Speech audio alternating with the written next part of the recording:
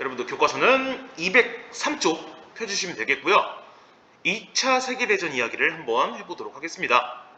자, 어떻게 보면은 지난 시간과 굉장히 잘 연결되는 부분인데 전체주의, 그보다 앞서서 세계 경제 대공황에 이어서 이거를 해결하기 위한 각 국가들의 노력으로 영국, 미국, 프랑스는 본인들의 국가 사정에 의해서 잘 해결을 했죠.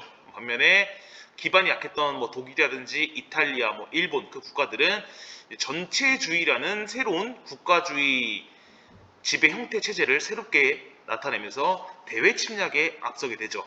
거기서부터 우리가 알고 있는 2차 세계대전이 시작되었다고 보시면 되겠습니다. 자, 특히나 1차 세계대전도 그렇고 2차 세계대전도 그렇고 두 전쟁 모두 독일에 의해서 시작이 됩니다. 자, 203쪽부터 그럼 바로 보도록 할 건데 203쪽에 나와 있는 이 첫 번째 문장이 굉장히 중요해요. 뭐냐면은 바로 독일에 의한 2차 세계대전이 시작이죠. 자, 보시면은 독일은 소련과 불가침 조약. 그러니까 불가침이 뭐냐면은 어쨌든 지금 독일과 소련은요 서로 적대국이에요. 서로 으르렁 거리는 사이라서 어찌됐든 간에 우리 둘은 아무리 무슨 전쟁이 나도 서로 침략하지 말자라는 비밀리에 약속을 맺게 됩니다. 자, 그리고 나서 바로 독일이 폴란드를 침공을 하게 되면서 2차 세계대전이 시작이 되는데, 자, 여기서 폴란드가 뭐가 문제냐면은 폴란드는 그때 당시 신생 국가였거든요. 그리고 독일이 1차 세계대전에서 패배를 하면서 많은 영토를 넘겨주게 됐죠. 그중 일부가 폴란드에 많이 포함이 되어 있었어요. 추가적으로 폴란드 같은 경우는 영국과 프랑스의 이제 공동 관리를 받고 있던 국가라서 어떻게 보면 폴란드를 침공한다는 것은 다른 말로 영국과 프랑스에게 선제 공격을 하거나 다름이 없던 상황이었죠. 그래서 이런 상황에서 영국과 프랑스가 독일에게 전쟁을 선포를 하면서 우리가 알고 있는 2차 세계대전이 시작이 됐습니다. 자, 여기 보시면 2차 세계대전은 1939년인데요. 1939년부터 1945년까지 약 6년간 진행된 세계전쟁이었어요. 이렇듯 우리가 지난번에 봤던 것처럼 베르사유 체제, 즉 1차 세계대전이 끝나고 새로운 질서체제를 베르사유 체제라고 했는데 1919년에 결성이 됐죠. 그 뒤로 약 20년 뒤에 똑같은 독일국에 의해서 전쟁이 발생을 하게 돼요. 자, 2차 세계대전도 1차 세계대전과 마찬가지로 독일은 양쪽에 폴란드 그리고 프랑스, 영국 이렇게 양쪽의 적대국에 둘러싸여 있어서 1차 세계대전과 유사하게 전략을 구사를 해요.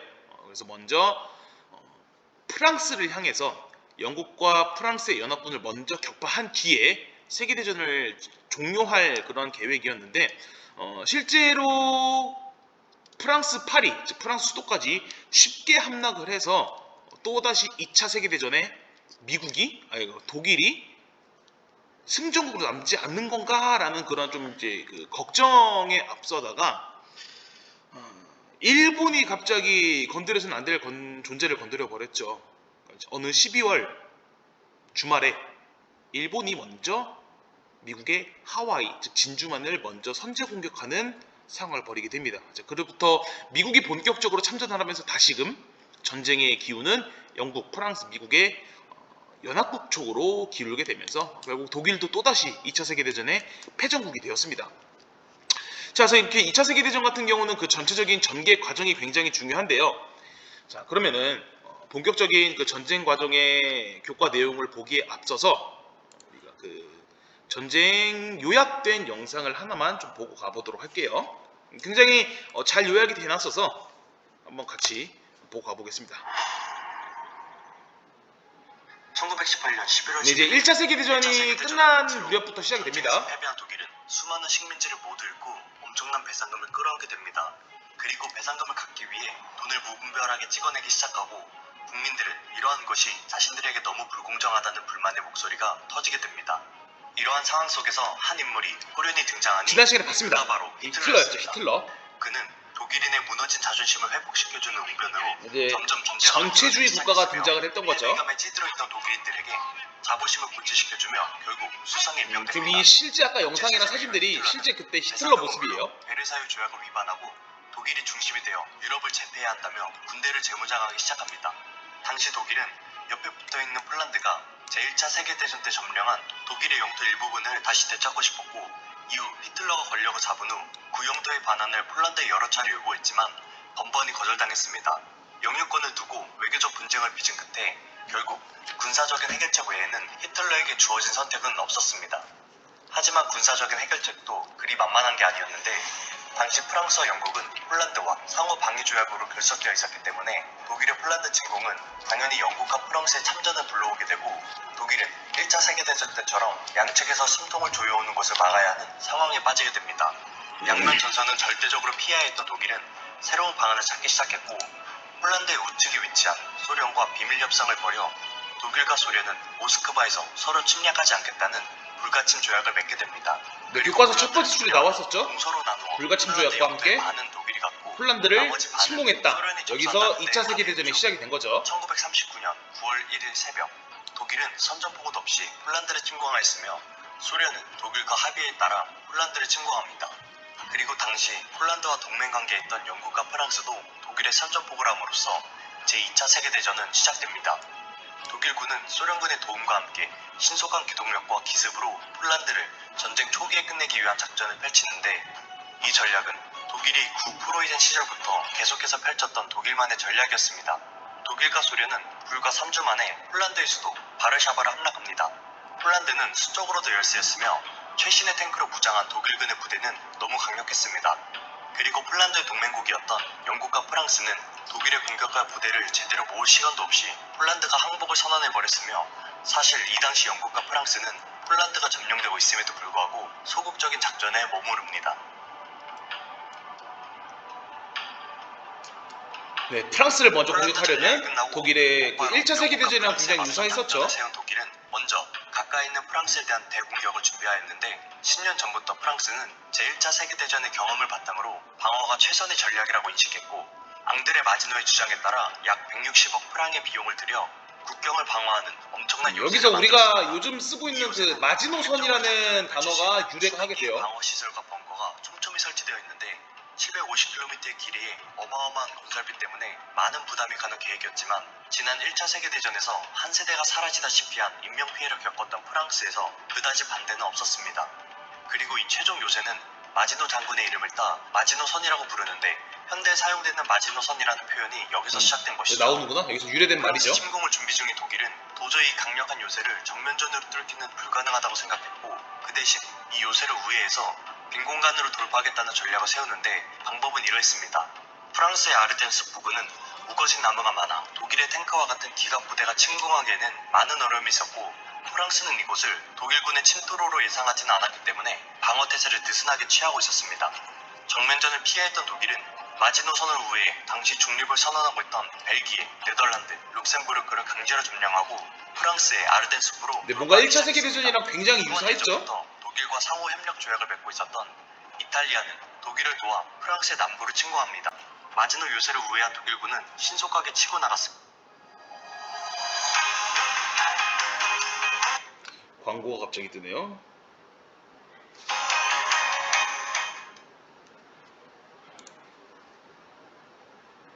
영국과 프랑스는 전면 패배 위기에 봉착했고, 훗대를 거듭해 덩케르크 해안에서 대규모 탈출 작전을 시도합니다. 영국과 프랑스는 절망적인 상황에서 최대 규모의 해상 탈출 작전을 감행했고, 네, 이 덩케르크라는 영화가 있는데 이것도 이제 굉장히 잘 만들었어요. 이 탈출 작전. 이렇게 독일군은 파리를 함락하고 프랑스 점령을 마치게 됩니다. 프랑스를 패망시킨 독일은 프랑스의 반은 직접 지배하고 나머지 반은 프랑스의 친독일 정권을 세워 간접 지배한 네, 이렇게 형태를 손쉽게 취합니다. 프랑스를 점령해 버렸습니다. 독일은 곧바로 영국으로 방향을 틀었고, 영국은 독일과의 힘겨운 전쟁을 계속하지 않으면 안 됐습니다. 영국의 해군은 예부터 아무도 넘보지 못할 만큼 강력했고, 바다에서의 전쟁만큼은 피하였던 독일은 먼저 그래서 이제 전투기를 활용을 합니다. 전투기. 승리를 거두고자 했습니다. 독일군은 영국보다 3배가 많은 전투기로 우선 항구 선박 시설들을 시작으로 비행장과 산업 시설들을 공격하기 시작했습니다. 이때 영국은 전역에 대규모 레이더 기지를 설치하여 적의 대상물에 대한 정보를 분석하고 독일군을 요격하였습니다. 그렇게 독일군은 70만 병력을 영국에 상륙시키겠다는 작전을 실제로 펼치지도 못하고 영국은 독일군의 대규모 공세를 방어하는 데 성공합니다. 처음으로 패배를 맛본 히틀러는 전쟁이 장기화됨에 따라 전쟁 물자 확보가 필요했습니다. 그렇게 그래서 동맹은 소련의 풍부한 소련을 선멸 공격하게 자원이 됩니다. 눈에 들어오기 시작했고, 이제 배신을 한 이 거죠. 평화는 오래 갈 것이라 믿지 않았기 때문에 소련을 배신하기로 마음먹습니다. 히틀러는 영국이 본토의 피해를 복구하는 동안 그리스를 점령 후 소련과 서로 침략하지 않겠다는 불가침 조약을 깨고 소련을 진격해버립니다. 1941년 6월 6일에 독일이 동맹국을 비롯한 군사 300만 명을 동원해 바르바로사라는 작전을 개시해 소련을 공격합니다.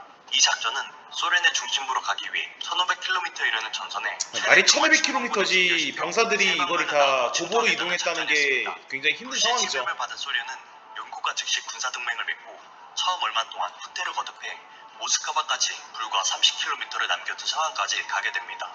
4년 전에 소련의 독재자 스탈린이 약 1년 동안 정권을 쥐기 위해서 자신을 반대하는 세력이나 의심되는 사람들을 전부 죽였는데, 이때의 대숙종 사건으로 수십만에서 수백만의 사상자가 나왔고, 당시 최고 사령관들 또한 스탈린에 의해 숙종당했기 때문에 초기 독일과의 전쟁에 제대로 된 군사 전략을 펼치지 못한 것입니다. 또한 초반 소련군의 탱크는 독일군의 탱크에 비해 화력이 크게 떨어졌기 때문에 독일군이 파죽지세로 진격할 수 있었습니다. 그런데 9월의 가을비를 지나 11월, 독일군은 혹한의 겨울을 맞이하게 됩니다. 이때 아시아에서 일본은 한창 중국과 전쟁을 벌이고 있었는데, 이것이 만주사변으로 일어난 중일전쟁이었죠. 당시 일본은 경제 대공황을 극복하기 위해 식민지를 더욱 확보하려는 침략의 길을 걷게 되는데, 자원이 풍부한 중국의 만주를 침략함으로써 전쟁이 시작되었습니다. 쉽게 끝날 줄 알았던 중일전쟁이 장기화되면서 전쟁에 필요한 석유와 목재가 더욱더 필요했고, 일본은 동남아 지역의 인도 차이나 반도를 노리게 됩니다. 그때만 해도 인도 차이나 반도는 미국과 유럽 국가들의 식민지였는데, 유럽 전선에서 전쟁을 벌이는 동안 식민지 관리가 소홀해졌기 때문에 이제 일본이 등장을 하죠. 인도 차이나 반도를 쉽게 획득할 수 있다고 생각했던 것이죠. 그러한 모습을 지켜보던 미국을 포함한 유럽 국가들은 일본의 석유와 물적 자원 수출을 이때 그래서 실제 작전 이름이 ABCD 작전이에요. 그 국가들의 이 명칭을 따라서. 단단히 화가 났으며 무력으로 미국이 하와이와 인도 차이나 반도에 있는 동남아를 침공하겠다는 결론을 내리게 됩니다. 그렇게 1941년 12월 7일 일본은 선전포고 없이 하와이의 진주만을 목표로 네, 이게 그때 당시 실제 사진이거든요. 본격적인 미국과의 태평양 무자비했죠, 전쟁이 진짜. 시작됩니다. 진주만 폭격 후 일본은 무서운 기세로 동남아 지역을 확보하고, 당시 동맹이었던 독일과 이탈리아도 일본의 태평양 전쟁에 지원을 나섰습니다. 반대로 1942년 1월 미국, 영국, 소련 등 26개 국가가 워싱턴에서 연합국 선언에 합의하였습니다. 전쟁 초기에는 미리 전쟁 준비를 해온 독일과 일본을 포함한 추축국이 유럽 전선에서나 태평양 전선에서 계속 승리하였으나 1942년 6월 미국이 전쟁의 판세를 뒤집는 사건이 네, 그 벌어집니다. 미드웨이 해전인데 아시아 이것도 영화로도 많이 일본과 제작이 돼요. 태평양 전쟁 중인 미군에는 블랙 챔버라고 불리는 암호 해독팀이 있었는데, 이들은 일본이 전투작전에 사용되는 암호를 해독하려고 부단히 힘썼으며, 마침 일본군이 무전이 증가하고 있는 상황에서 반복되는 단어 사용에 주목한 결과 그 암호가 바로 미드웨이 섬을 뜻하는 것이라고 확신하게 됩니다. 그렇게 일본의 작전 암호를 파악한 미국은 일본보다 한 발 더 앞서서 전투를 준비할 수 있었고, 미드웨이 섬 인근에서 탁월한 전투로 해전을 격파하여 전쟁의 주도권을 잡기 시작합니다. 전쟁이 장기화되면서 유럽 전선의 독일은 보급로가 멀어지고 제대로 된 보급이 불가능해졌습니다. 그리고 영하 40도의 혹독한 추위에 의해 동상으로 사망하는 군인들이 대거 발생하기 시작했습니다. 1943년 1월에 소련은 스탈린그라드 전투에서 독일군을 포위하여 괴멸에 가까운 피해를 입혀 이 전투를 기점으로 소련군의 반격이 이루어집니다. 이 무렵 미국과 영국의 연합군은 북아프리카에 상륙하여 이탈리아를 공격했고, 이에 파시스트 정부의 무솔리니는 무너지며, 네, 그래서 먼저 이탈리아가 가장 먼저 항복을 선언합니다. 또한 승세를 잡은 연합군은 이듬해 6월 아이젠하워 장군 지휘 아래 인류 역사상 최대 규모의 상륙 작전을 펼치는데, 바로 프랑스의 노르망디 상륙 작전이었는데 150만 명에 달하는 병력을 상륙시켜 우리나라에서 진행된 인천 상륙 작전보다 더욱더 거대한 작전이었어요. 전쟁의 승기는 연합국이 잡았으며 잠깐의 재정비를 마친 히틀러는 이제 판세를 뒤집는 모든 것을 건 도박을 하게 됩니다. 그것은 바로 벌지 전투였습니다. 전쟁 초기 독일이 프랑스로 침공했던 아르덴 삼림지대 돌파를 한 번 더 재현하는 것으로 남아있는 전차와 병력 자원을 대거 모아 아르덴 숲 돌파를 계획한 것이죠. 그리고 항공기에 의한 격렬한 폭격으로부터 부대를 숨기기 위해 작전 시기는 아르덴 숲이 안개에 휩싸이는 겨울로 잡습니다. 안개가 자욱한 12월 16일 독일군은 파죽지세로 밀고 나갔지만 불과 일주일 만에 날씨가 좋아지면서 전세가 역전됩니다. 그리고 히틀러가 생각했던 것보다 연합군은 이 전투에 빠르게 대응했기 때문에 벌치 전투는 한 달 만에 패배로 끝이 납니다. 1945년 4월 22일 이제 소련군이 독일의 수도 베를린까지 그래서 독일도 완전히 패배한 항복을 히틀러는 하고요. 사목간의 일본이 시위를 남았죠. 받아들였습니다.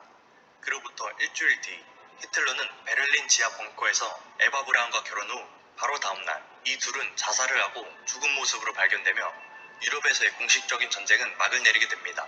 그렇게 독일마저 항복을 선언하고 이제 남은 건 끈질긴 생명력을 지닌 일본뿐. 전쟁에서 승리한 미국, 영국, 소련이 독일의 포츠담에서 일본과 식민지 처리 문제를 중점적으로 논의하였는데 단어와 문장과 굳건한 의지를 표현하면서 일본의 무조건 항복을 요구하였으며 만약 그러지 않을 경우 모든 군사력을 동원하여 총체적 파멸을 당할 것을 네, 경고합니다. 일본은 쉽게 하지만 굽히지 일본은 않습니다. 이 포츠담 선언에 대해 묵살한다는 표현을 거절하였고 당시 일본과 중립조약을 체결하고 있던 소련 또한 대일전에 참전하기로 연합국에 약속했기 때문에 이제 남은 일은 일본에 대한 무력 행사밖에 없었습니다. 결국 마지막 경고에도 어깨에 힘을 주던 일본은 쓴맛을 보게 네, 되는데 원자폭탄이 등장을 미국이 하죠. 초공이 요새 폭격기를 태평양상의 미국 테니만 기지에서 일본으로 조용히 발진합니다. 8월 6일 일본인들의 눈앞에는 폭격기에서 떨어지고 있는 조그만 물체의 모습이 들어왔고 그것은 그들이 이 세상에서 보게 된 마지막 풍경이 되고 말았습니다. 그렇게 히로시마와 나가사키에 인류 최초로 핵폭탄이 떨어지고 일본은 결국 항복문서에 서명을 하게 됩니다. 제2차 세계대전 이후 유럽 세력은 크게 약화되었습니다. 그리고 세계는 미국을 중심으로 하는 자유민주주의 진영과 소련을 중심으로 하는 공산주의 진영으로 나눠졌고 두 진영의 사상적인 이념 대립은 정치, 경제, 사회, 문화 모든 면에서 세계를 반으로 분리시킵니다.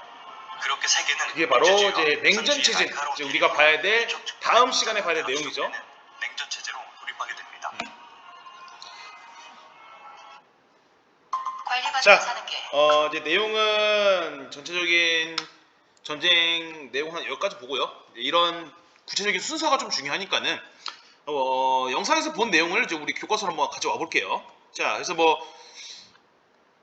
전쟁의 반제를 이뤘던 건 바로 이거죠. 이렇게 독일이 식량을 확보하기 위해서 소련을 공격했던 거, 그리고 일본은요 미국의 하와이를 공격했던 거, 이 부분에서 이제 전세가 반 뒤집어 엎게 되죠. 그래서 미국까지 참전을 하면서 이제 전쟁 양상이 태평양, 즉 아시아 지역까지 확산되는 대규모 전쟁으로 발생하게 돼요. 자, 그래서 아직 이때까지만 해도 여전히 뭐 승기는 독일이나 뭐 일본 그쪽에 있었는데 분기점이 된 사건이 하나 있죠. 바로 여기 있는 미드웨이 해전이었죠. 미드웨이 해전. 그래서 방금 영상에서 보셨던 내용은 그거였죠. 미국의 암호 해독팀이 이 미드웨이의 전략을 일본 거를 잘 해독을 해서 여기서 사전에 미국이 준비를 해서 일본을 크게 무찌르고요. 그리고 바로 다음 해는 소련이 이 스탈린그라드라는 곳에서 독일군을 크게 패배시켜 버립니다. 그래서 여기서부터 이제 전쟁의 기운이 미국, 영국, 프랑스, 소련 즉 연합국 측으로 돌아오게 돼요. 자, 그래서 이탈리아는 가장 먼저 항복을 하고요. 인류 역사상 가장 최대 규모였던 상륙 작전, 바로 1944년 노르망디 상륙 작전이었죠. 굉장히 무모했어요. 그리고 실제로 우리나라 인천 상륙 작전처럼 성공 확률이 희박했고요. 그래서 이 단지 상륙을 해서 바다에 그 배에서 내려서 병사들이 그 육지까지 가는데 거의 약 150만 명에 달하는 병사들이 희생이 되는 그런 어마무시한 작전이었습니다. 근데 이게 실제로 승리를 하면서 프랑스를 독일로부터 해방시키는 데 성공을 하고요. 그러자 독일이 항복을 하고 이제 나머지는 하나 남았죠. 일본이 계속해서 무력으로 버티자 미국이 안 되겠다. 얘네는 진짜 그 흔히 말하는 인생의 참교육을 한번 보여줘야겠다라고 하면서 굉장히 유명한 사건이죠. 히로시마와 나가사키의 원자폭탄을 탕탕 떨어뜨리면서 일본이 바로 항복을 하게 되죠. 그래서 이렇게 2차 세계대전이 6년 만에 끝이 나게 되는데, 자, 그래서 밑에 지도 보시면요. 이렇게 왼편에 보시면은 유럽에서의 전쟁뿐만 아니라 일본이 참가하게 되면서 진주만 기습과 함께 미드웨이 해전, 그리고 끝으로 히로시마 나가사키의 원자폭탄을 투하하는 그 사건까지 통해서 2차 세계대전이 막을 내리게 되죠. 굉장히 전쟁 범위가 거대했죠. 1차 세계대전보다 아마 더욱더 거대해졌을 겁니다. 자, 이렇게 2차 세계대전 전개 과정을 봤는데 상당히 중요해요. 그러니까는 특히나 자 204쪽으로 넘어와서 이 순서나 전개 과정을 여러분들이 잘 보아주세요. 자, 먼저 1939년 독일이 폴란드를 점령하게 되면서 전쟁이 시작이 되면서 빠르게 독일이 먼저 파리를, 즉 프랑스를 점령을 하고요. 그리고 이제 독일의 이런 물자 부족 상황을 해결하기 위해서 독일이 소련을 배신을 하죠. 불가침 조약을 맺었는데 물자 확보를 위해서 소련을 공격을 했습니다. 여기서부터 2차 세계대전이 조금씩 장기화되면서 잘못되게 됩니다. 더 잘못됐던 거는 일본이 여기를 건드렸죠. 진주만을 습격을 합니다. 미국의 하와이 섬을 공격을 하고요. 이제 미드웨이 해전부터 반격에 나서죠. 스탈린그라드에서 소련군이 독일군을 크게 무찌르고요. 그리고 노르망디 상륙전을 통해서 프랑스를 해방시키고 마지막으로 일본의 원자폭탄을 투하를 하게 되죠. 그러면서부터 2차 세계대전이 끝나게 되는데, 자, 이렇게 이 순서 독일의 파리 점령부터 원자폭탄 투하까지 6년에 대한 과정들을 잘 보시고요. 자, 이렇게 일본은 원자폭탄 투하로 인해서 거의 국가가 폐허 상태에 놓이고 패전국이었던 독일이라든지 일본 같은 경우는요, 국가의 주권, 국가의 모든 권리를 다 빼앗기게 돼요. 다 빼앗기면서 그냥 뭐 이제 어떻게 보면은 성인에서 미성년자로 전락했다라는 말이 아마 적절할 거예요. 자, 이제 남은 건 205쪽과 6쪽인데 2차 세계대전 전후, 즉 전쟁 이후의 상황을 어떻게 정리를 할 거냐라는 거예요. 1차 세계대전보다 더욱더 많은 인명피해, 더욱더 많은 재산 피해, 더욱더 많은 국가 피해를 났던 전쟁이었습니다. 어떻게 보면 인류 역사상 가장 큰 전쟁이었죠. 자, 뭐 5천만 명이 죽었대요. 이에 대해서 자, 독일의 뉘른베르크라는 도시와 그리고 일본의 도쿄에서 이 전쟁을 일으킨 범죄자들의 처벌이 이어지게 돼요. 즉 재판이 이루어지는데 실제로 독일의 뉘른베르크 재판은 잘 이루어져요.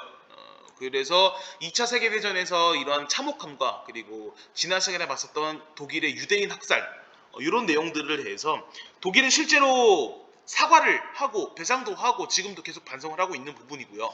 반면에 일본은요 잘 이루어지지가 않아요. 그래서 실제로 여전히 이런 뭐 일본의 반인륜적인 행위와 함께 이런 식민 지배 상황을 일본이 여전히 인정을 하지도 않고 또한 어떠한 사과와 배상도 이루어지지가 않는 부분이죠. 그래서 똑같이 전쟁을 일으킨 주범이긴 하지만은 현대에 들어와서 평가가 많이 갈리죠. 독일과 일본에 대해서는요. 뭐 독일은 그래도 인정을 하고 괜찮다라는 평가가 이루어진 반면에 일본에 대해서는 여전히 이 부분에서 세계적으로 비판이 많이 가해지고 있지요.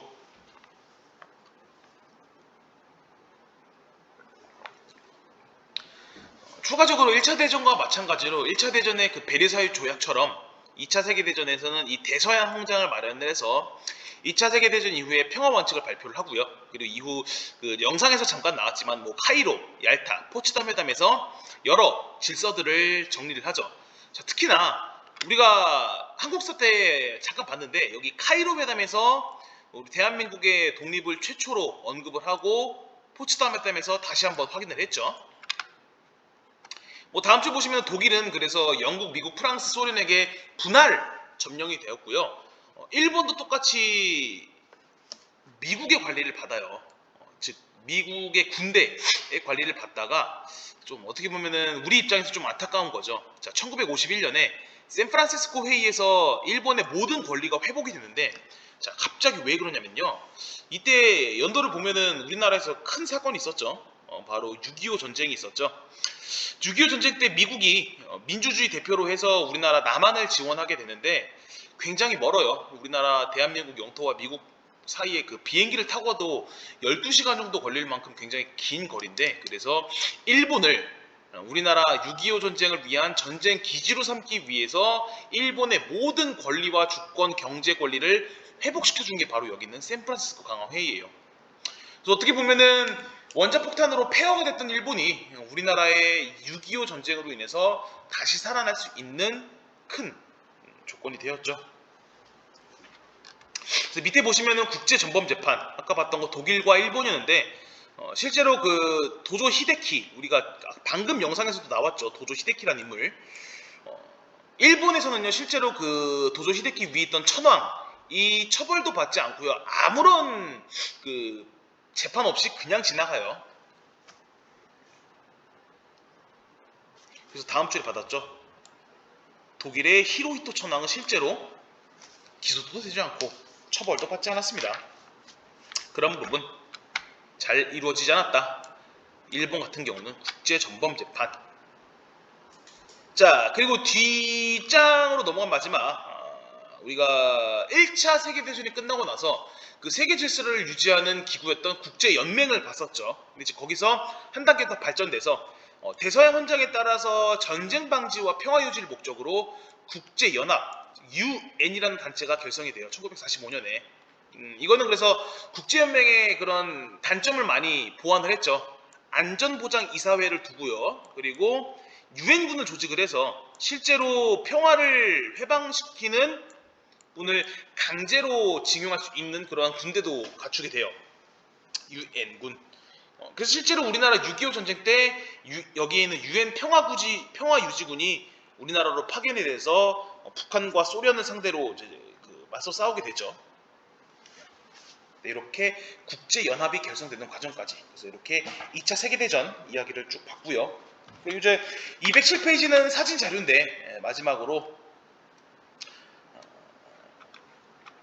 말씀드린 이 독일 나치즘의 대학살 보시면은 참 참담한 상황이었죠. 나치당은 이 유대인을 남녀노소 즉 어린아이, 노인, 남자, 여자 할 것 없이 모두 다 학살해버리고 심지어는 어떤 창고에 가둬서 독가스로 다 죽여버리는 그런 참담한 모습까지 보였고요.